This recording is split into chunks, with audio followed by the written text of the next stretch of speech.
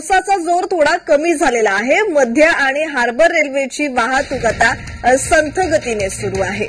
फलाटावर प्रवाशांची गर्दी होताना दिसते। पश्चिम रेल्वेची वाहतूक सुरळीत आहे। सोमवारी मुंबईला मुसळधार पावसानं झोडपलं आणि याचा परिणाम कुठेतरी रेल्वे वाहतुकीवर झाल्याचं पाहायला मिळालं होतं। सकाळी जी मध्य रेल्वे होती ती ठाण्यापर्यंतच सुरू होती आणि त्यानंतर हळूहळू मध्य रेल्वेची जी वाहतूक होती ती पूर्वपदावर आल्याचं पाहायला मिळालं होतं। मात्र आता मुंबईत पावसाचा जोर कमी आहे। मध्य आणि हार्बर रेल्वेची वाहतूक संत गतीने सुरू आहे, तर फलाटावर प्रवाशांची गर्दी होताना दिसतेय।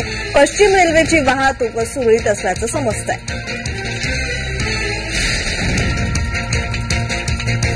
तर सोमवारी रात्रीपासूनच मुसळधार पावसाने हजेरी लावलेली पाहायला मिळाली होती आणि मुंबईत खरं तर रस्त्यावर पाणी झालेलं पाहायला मिळालं होतं। सर्वसामान्यांचा याला चांगलाच फटका बसलेला पाहायला मिळाला होता। रेल्वे वाहतुकीवर त्याचबरोबर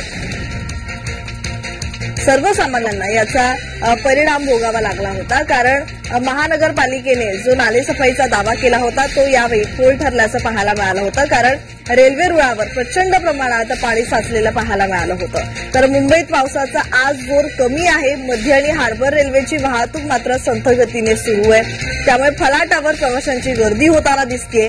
पश्चिम रेल्वेची वाहतूक सुरळीत आहे।